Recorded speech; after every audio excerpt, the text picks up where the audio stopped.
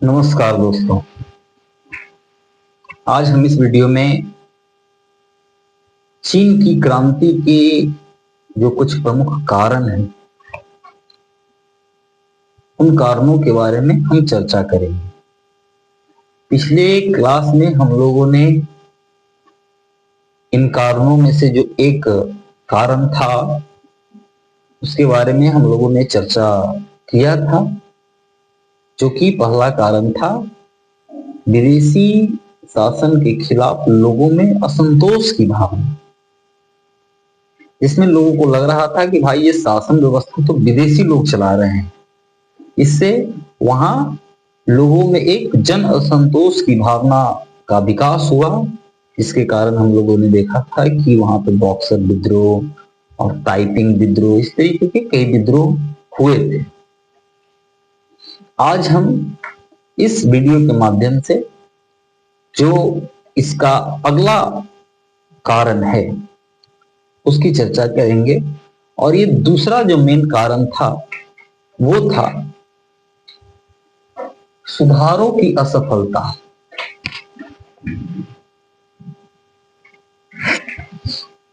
अब लोगों को लग रहा था कि ये जो शासन व्यवस्था है उसमें सुधार होना जरूरी है, जो सिस्टम है उसमें बदलाव होना चाहिए। ये विदेशी लोग जो हमारे यहाँ बैठे हैं, आखिर हमारे अंदर कुछ ना कुछ तो कमी रहा था या कुछ ना कुछ तो कमी होगा, जो कि हम इन विदेशियों के चंगुल में फंसे हुए हैं। ऐसा जो चीन का एक जनमानस था उसको लग रहा था, और उसको ये भी लग रहा था कि चीन में भी कुछ सुधार होने चाहिए ताकि हम इन विदेशी शासन से अपने आप को मुक्त कर सकें। अब एक एक स्टेप करके हम इसको अच्छे से समझेंगे। कहता है कि जो चीन की जो सम्राज्ञी थी उस समय, तयुसी, ये एक प्रतिक्रियावादी शासिका थी। अब ये प्रतिक्रियावादी शासिका का मतलब क्या है? तो ऐसा नहीं है, राजा भी वहां था, लेकिन राजा का कोई चलता नहीं था। जो रानी थी वही सारा निर्णय लेती थी। रानी चतुर भी थी, साहसी भी थी, निर्णय लेने वाली भी थी, लेकिन उसके अंदर घमंड जो था वो चूर चूर करके भरा हुआ था, और वो एक प्रतिक्रिया के विपरीत प्रतिक्रिया देने वाली थी। मतलब जब लोगों का असंतोष बढ़ने लगा, लोगों का राजसत्ता के प्रति विश्वास धीरे धीरे खत्म होने लगा, तो ऐसा नहीं थी कि भाई अब जो लोगों का जो डिमांड है उसको पूरा किया जाए, बल्कि वो उसको अपने प्रतिक्रिया से दबाना चाहती थी। उसको लगता था कि भाई हमारे ऊपर लोग कैसे वो उंगली उठा सकता है। और ये कोई नया बात नहीं है। अधिकतर जगहों पे आप अगर किसी भी क्रांति के बारे में पढ़ेंगे, चाहे रसिया की क्रांति हो, फ्रांस की क्रांति हो, इंग्लैंड की क्रांति हो। इंग्लैंड में तो खैर वो विदेशी शासन के खिलाफ वो क्रांति था, लेकिन जहां राज सत्ता के खिलाफ जहां जहां क्रांति हुआ, चाहे रसिया हो, चाहे फ्रांस हो, चाहे इंग्लैंड हो, तो राजा को स्टार्टिंग में ये लगता था, मतलब अधिकतर जो राजा थे वो प्रतिक्रियावादी शासक थे, और इसीलिए उनके खिलाफ जन असंतोष जो है वो उभरा और उनके खिलाफ आंदोलन हुआ। तो ये कोई नया एग्जाम्पल नहीं था, यहां भी बस वही सेम रीजन था कि वो प्रतिक्रियावादी शासिका थी और अपना जो पावर है वो शेयर नहीं करना चाहती थी। वो ये नहीं चाहती थी कि हमारा पावर जो है वो किसी प्रकार से कम हो। लेकिन अब उनको भी लग रहा था कि भाई सुधार भी जरूरी है। उनको भी लग रहा था, ऐसा नहीं था, उनको भी ये चीज लग रहा था कि भाई ये जो विदेशी लोग हैं वो धीरे धीरे हमको जो है वो अपने कंट्रोल में ले रहे हैं, हमारे ऊपर अपना वर्चस्व बढ़ा रहे हैं। तो उनको भी कहीं ना कहीं इस चीज का डर था या इस चीज का आभास था। लेकिन फिर भी एक वो होता है ना कि जो राजा है तो भाई उसको लगता है कि हम तो भाई आम लोगों से कुछ खास हैं। तो इस तरीके का जो उनका स्थिति था उसने भी लोगों को विद्रोह करने के लिए मजबूर किया या विद्रोह करने के लिए प्रेरित किया। अब कहता है कि ऐसा नहीं है, हमने पहले बताया कि उनको भी लगता था कि कुछ सुधार होना चाहिए। इसलिए 1905 ईस्वी में जो पुराना शिक्षा पद्धति था, परीक्षा पद्धति था, राज्य के बड़े बड़े जो पद होते थे उस पर नियुक्ति के लिए एक परीक्षा का आयोजन किया जाता था। और ये एक बहुत इंपॉर्टेंट नॉलेज है आपके लिए कि सबसे पहले चाइना में ऐसा माना जाता है कि चाइना में कागज का जो आविष्कार है वो चाइना में हुआ, और चाइना से ये कागज जो है वो इटली पहुंचा, और इटली के बाद पूरा यूरोपियन कंट्री में पहुंचा, और यूरोपियन कंट्री के थ्रू वो कागज आया हमारे यहाँ इंडिया में। और ऐसा माना जाता था कि प्राचीन काल में चीन में जो राजशाही था वहां इन कागज का उपयोग प्रतियोगिता परीक्षा में किया जाता था। मतलब प्राचीन काल से ही वहां शासन के बड़े बड़े पद पे नियुक्ति के लिए परीक्षा का आयोजन किया जाता था। ये विश्व का सबसे पुराना प्राचीनतम प्रमाण मिलता है चीन से। लेकिन जो परीक्षा पद्धति था उसमें इस समय लगा कि भाई कुछ सुधार होना चाहिए। उसमें सुधार भी किया गया, उस परीक्षा पद्धति में फिर कुछ सुधार भी किया गया ताकि राज्य को चलाने के लिए कुछ जो काबिल लोग हैं वो आगे आ सकें। तो ये सुधार भी इन्होंने किया। लेकिन वहां के जो सुधारवादी लोग थे या नेता थे वो इतना से संतुष्ट नहीं थे। उनको लग रहा था कि नहीं, और भी कुछ सुधार होने चाहिए। और खास करके ये जो सुधारवादी आंदोलन है वो जोर तब पकड़ता है जब 1905 ईस्वी में रूस और जापान का युद्ध होता है, और उस युद्ध में जापान पराजित हो जाता है कि पराजित कर देता है। मतलब छोटा सा देश जापान, एक एशियन देश जापान, एक पश्चिमी देश रसिया जो कि बहुत बड़ा है, उसका बहुत साम्राज्य जो है दूर दूर तक फैला हुआ है, उसको पराजित कर देता है। मतलब एशिया का एक छोटा सा देश रसिया जैसे विशाल साम्राज्य को जब पराजित करता है 1905 ईस्वी के युद्ध में, तो जो उस समय के जो सुधारवादी लोग थे चीन के, वो उनका जो आकांक्षा है वो और ज्यादा आगे बढ़ जाता है। उनको लगने लगता है कि जब इतना छोटा देश जापान रसिया को पराजित कर सकता है, जब एक एशियन देश यूरोपियन कंट्री को पराजित कर सकता है, वो भी इतना छोटा है, तो चाइना का इतिहास तो बहुत पुराना है, चाइना तो और बहुत बड़ा है, चाइना जो है कभी और इसका इतिहास जो है वो और बहुत ज्यादा भव्य रहा है। तो जब जापान हमारा जो पड़ोसी है वो यूरोप का इतना बड़ा राज्य को हरा सकता है अपने यहां आधुनिकीकरण को फॉलो करके, तो हम ऐसा क्यों नहीं कर सकते हैं। इसके लिए जो रसिया के जो सुधारवादी लोग थे वो और ज्यादा प्रेरित होते हैं इस युद्ध से, और उनको लगता है कि हम भी अपने यहां आधुनिकीकरण के द्वारा पश्चिमी सभ्यता को अपनाकर, पश्चिमी कल्चर को अपनाकर, पश्चिमी जो टेक्नोलॉजी है उसको अपनाकर, और हम भी पश्चिम का जो देश है उसकी तुलना कर सकते हैं या उससे भी आगे निकल सकते हैं। और ये बात सही है कि जापान वो सबसे पहला एशियन कंट्री है जिसने अपने आप को बहुत जल्दी पश्चिमी सिविलाइजेशन में ढाल दिया, और इसका नतीजा ये हुआ कि वो बहुत ज्यादा डेवलप हो गया। और उस समय तक, इस समय तक वो भी मतलब साम्राज्यवाद की होड़ में जापान भी शामिल हो गया। मतलब अभी तक साम्राज्यवाद का जो होड़ चल रहा था जिसके बारे में आप लोग पढ़ते हैं, तो उस साम्राज्यवाद की होड़ में अधिकतर यूरोपियन कंट्री, बाद में फिर अमेरिका आया, और उसके बाद फिर जापान भी उस होड़ में शामिल हो गया। मतलब जापान एशिया का एकमात्र ऐसा कंट्री था जो कि अपने आप को आधुनिक बना के और साम्राज्यवाद की होड़ का एक प्रतिस्पर्धी बन गया। इससे जो चाइना के लोग थे या चाइना के सुधारवादी लोग थे उनके अंदर भी ये भावना जगा कि भाई हमें भी जापान के जैसा आधुनिकीकरण को अपनाना चाहिए, जिसके माध्यम से हम आने वाले समय में ये जो हमारा समस्या है उस समस्या को भी हम खत्म कर सकते हैं और हम पश्चिमी देशों का तुलना कर सकते हैं। अब क्या होता है कि 1908 ईस्वी में जो तयूसी होती है सम्राज्ञी, उसकी मृत्यु हो जाती है और यहां भी एक षड्यंत्र नजर आता है।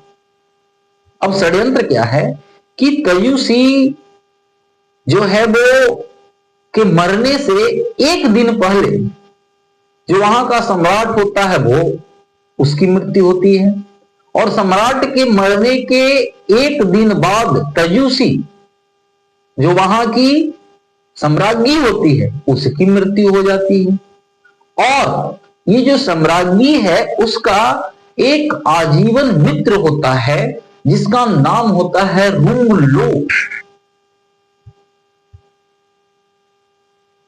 और ये सम्राज्ञी मरते समय रुंगलो का जो पुत्र है फूची,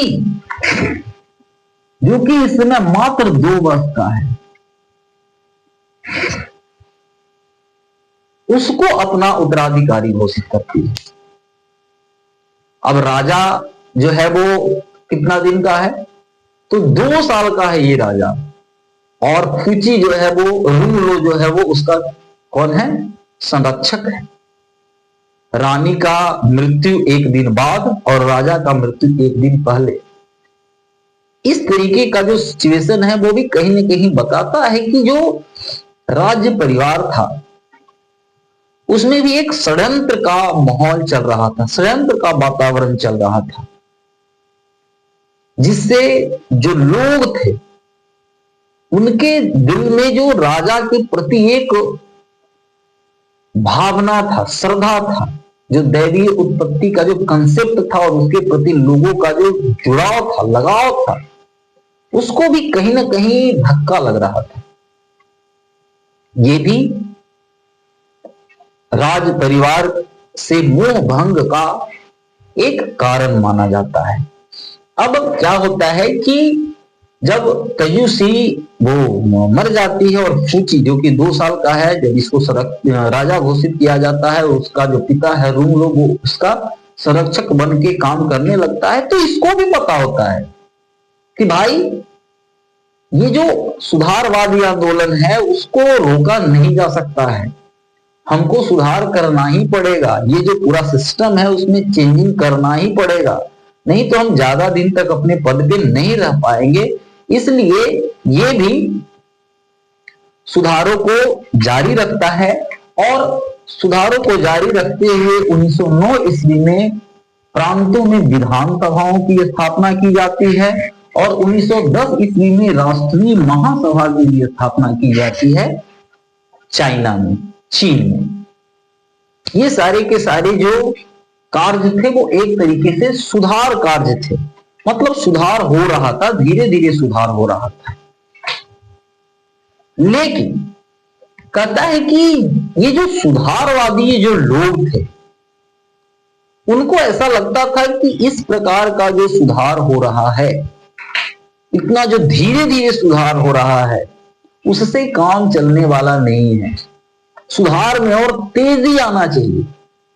और ये जो सुधारवादी लोग हैं उनका ऐसा डिमांड था कि चीन में भी संसदीय जो व्यवस्था है उसकी स्थापना की जाए, मतलब जो लोगों के प्रतिनिधि हैं वो चुन के संसद में जाएं और उनका कंट्रोलेंस राजा के ऊपर हो। जैसे आप देखते हैं फ्रांस में भी या रसिया में भी कि एक तरीके से जैसे रसिया में जो क्रांति हुआ था तो आप लोगों ने देखा कि पहले टोटली मोनार्की सिस्टम था, राजतंत्रात्मक व्यवस्था, उसके बाद जो मोनार्की है उसके ऊपर थोड़ा जो कॉन्स्टिट्यूशन है उसका लगाम जो है वो हो गया, जिसको कॉन्स्टिट्यूशनल मोनार्की के नाम से जाना गया कि भाई राजा तो है लेकिन राजा के ऊपर एक कॉन्स्टिट्यूशन जो है वो उसका दबाव है। मतलब राजा अब निरंकुश नहीं है, स्वच्छंद नहीं है, जो मन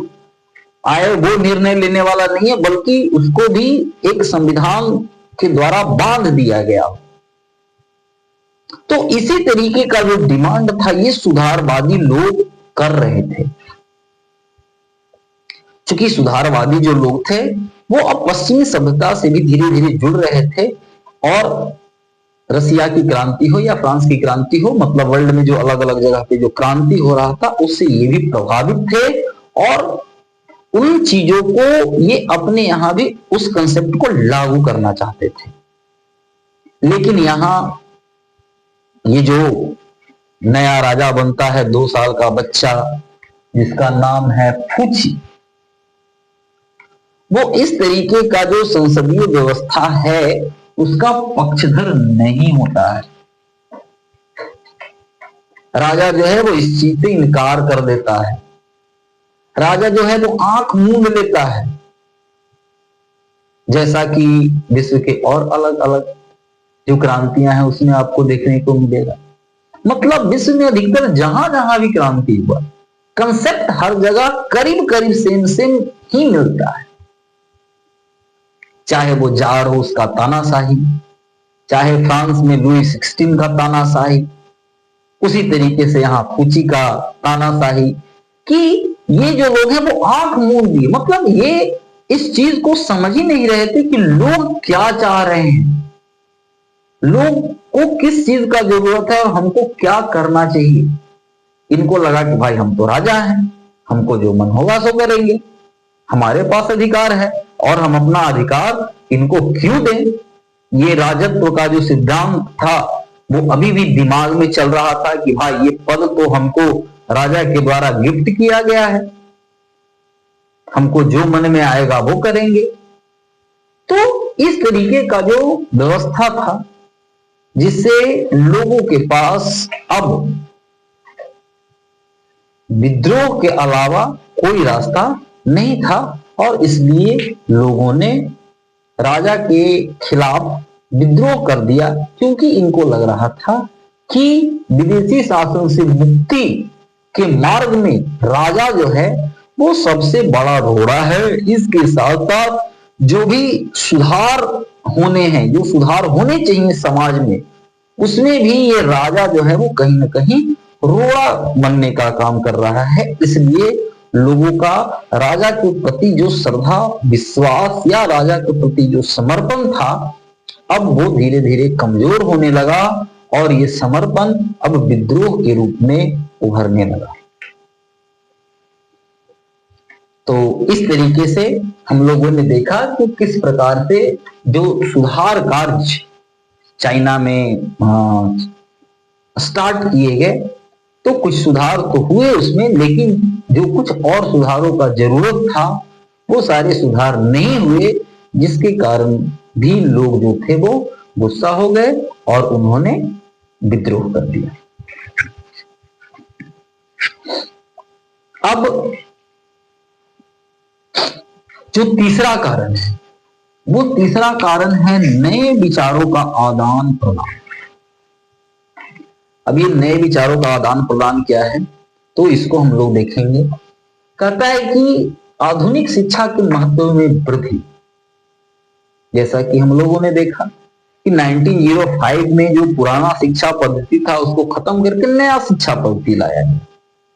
मतलब राजा को भी कहीं ना कहीं ये लगता था कि ये जो पुराना ढर्रा है उस पर चलने से कुछ नहीं होगा, अब हमको नया कुछ लाना होगा, नया शिक्षा पद्धति लाना होगा। एग्जाम्पल के रूप में उन्होंने देखा कि जापान इतना छोटा देश, इतना बड़ा देश रसिया को हरा दिया ये आधुनिक शिक्षा को अपनाकर। इसलिए यहाँ के जो लोग थे उनका डिमांड होने लगा कि आधुनिक शिक्षा का जो महत्व है उसको और बढ़ाया जाए, उसमें और वृद्धि होने लगा। अब जब शासन के पदों पे प्रतियोगी परीक्षा के माध्यम से चयन होने लगा तो जो छात्र थे उनके बीच उत्साह बढ़ने लगा।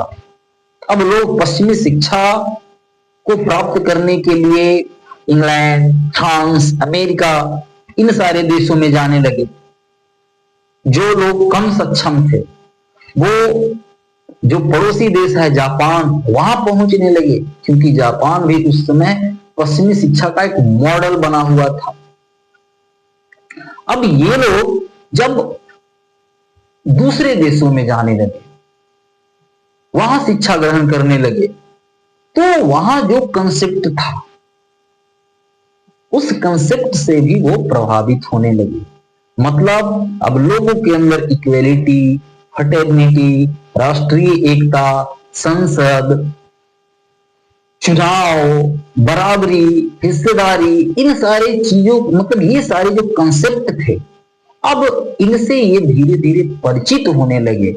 अब ये पश्चिमी जो कल्चर है, पश्चिमी जो सोसाइटी है, पश्चिमी जो नॉलेज है, वो इनके अंदर आने लगा और इस तरीके से इनके अंदर एक नव पुनर्जागरण का विकास हुआ। कहने का मतलब है कि इनको जो है, इनको लगने लगा कि भाई ये सब तो यहाँ इस तरीके का इस कंसेप्ट पे ये लोग काम करते हैं, हमारे यहाँ तो ऐसा कुछ है ही नहीं।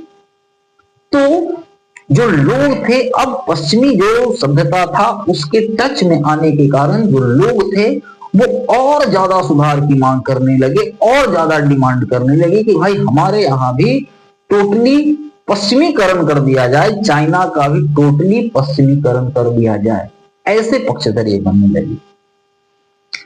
फिर कहता है कि इसमें खास करके जो अधिकतर लोग थे जो कि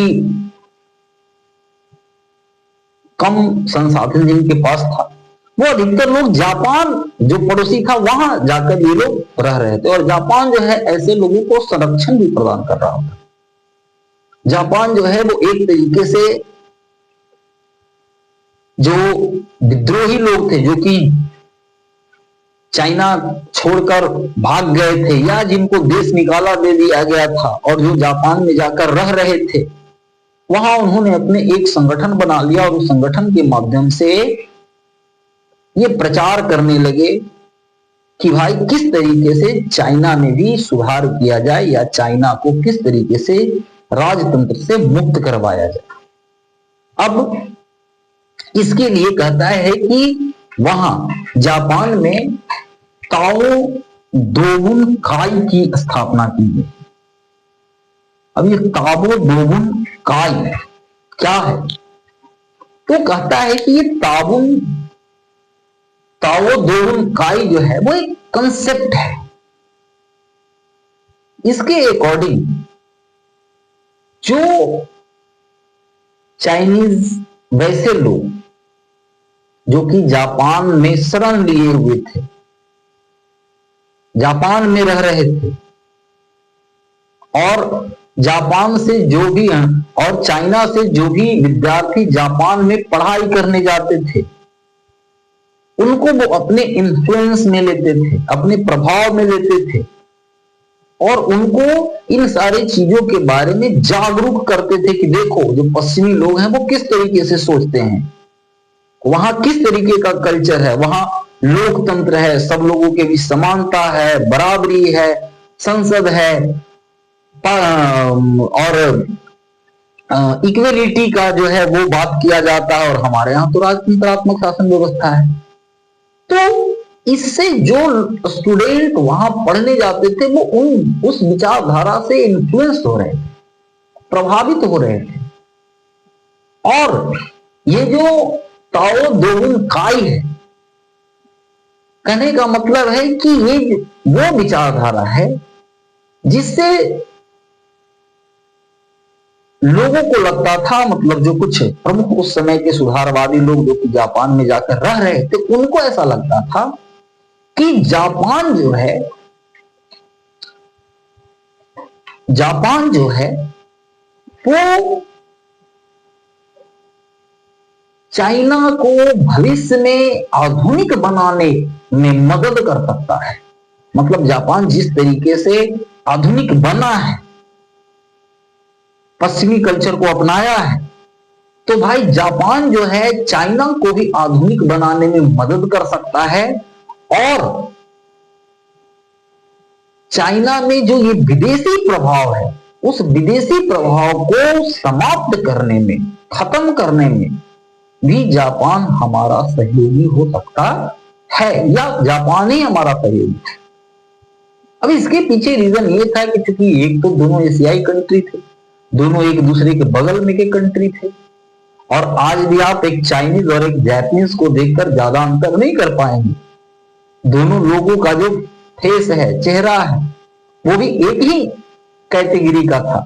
इसलिए उनको लगता था कि चाइना का, अगर जापान और चाइना के जो लोग हैं वो एक ही रेस के लोग हैं, एक ही नस्ल के लोग हैं, जापानीज चाइनीज भाई भाई भाई, हम लोग भाई भाई हैं, और हमारा मदद जो है, मतलब जो चीन जो भाई है, उस भाई का मदद जापान ही कर सकता है। तो इस तरीके से कहने का मतलब है कि, और इस विचारधारा को बढ़ाने के लिए वहां जो एक संगठन स्थापित किया गया, उसका नाम था ताओ दोबुन काई, जिसका मेन मकसद था कि जापान के प्रभाव से चाइना का आर्थिक विकास तथा चाइना में रह रहे जो पश्चिमी कंट्री हैं, जो कि चाइना में अपना इन्फ्लुएंस बढ़ा रहे हैं या बनाए हुए हैं, उनके इन्फ्लुएंस को कम करना इस संस्था का मेन एम था, मेन मकसद था। अब एक और व्यक्ति हैं लियोंग छिछाओ,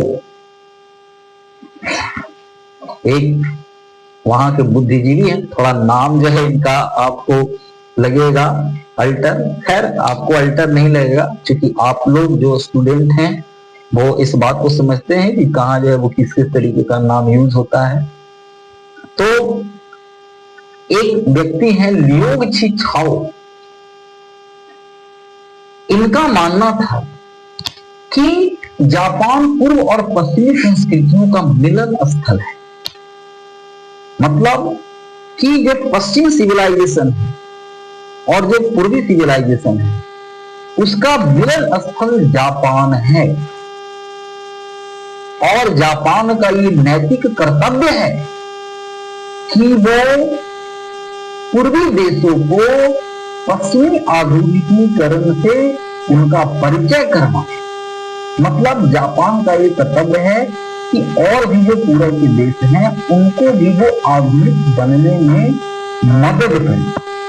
ऐसा इनका विचार था कि भाई ऐसा जापान को करना चाहिए। अब इसके लिए क्या किए गए, तो कहता है कि इसके बाद वहां के बहुत सारे और भी अलग अलग जो विचारक थे, उनके द्वारा अलग अलग पत्रिकाएं निकाली गई, अलग अलग जो संगठन बनाए गए, संगठन के माध्यम से छोटा मोटा जो है वो विद्रोह भी होते रहते थे, विद्रोहों को भी ऑर्गेनाइज किया जाता था। तो इस तरीके से छोटे कार्य जो है वो उनके द्वारा लगातार किया जा रहा था। लेकिन यहाँ एंट्री होता है एक व्यक्ति का, उनका नाम है सन्यास सिंह। 1894 में सन्यास सिंह चीनी नव जीवन समाज की स्थापना करते हैं। और ये जो चीनी नव जीवन समाज होता है, इसका ये कॉन्सेप्ट होता है कि ये जो आंदोलन हो रहे हैं, ये जो कार्य हो रहे हैं, वो बड़ा धीमा गति से हो रहा है। इसलिए ये जो काम है इसमें तेजी आना चाहिए, और इस तेजी को मेंटेन करके हम पश्चिमी देशों को भी पीछे छोड़ सकते हैं। मतलब इनका मानना था कि हमारे जो सुधार हैं वो धीरे धीरे ये सुधार है, और हम सुधार तो कर रहे हैं लेकिन धीरे धीरे कर रहे हैं, टाइम लग रहा है इसमें, और इससे हमें जिस स्तर पर पहुंचना है वहां पहुंच नहीं पाएंगे। तो ये जो सुधार है, सुधार का जो प्रक्रिया है, उसमें तीव्रता आना चाहिए, और अगर ये तीव्रता को हम मेंटेन करेंगे तो आने वाले समय में पश्चिमी देशों का सिर्फ हम तुलना नहीं करेंगे, हम पश्चिमी देशों को भी पीछे छोड़ सकते हैं। ऐसा कंसेप्ट था डॉक्टर सन्यास सिंह का, जिन्होंने वहां चीनी नवजीवन समाज की स्थापना अब इस तरीके से कहता है कि वहां एक और व्यक्ति है एरिक फू,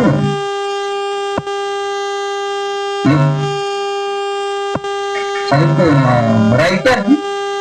तो ये देखिए वो खास करके जो पश्चिमी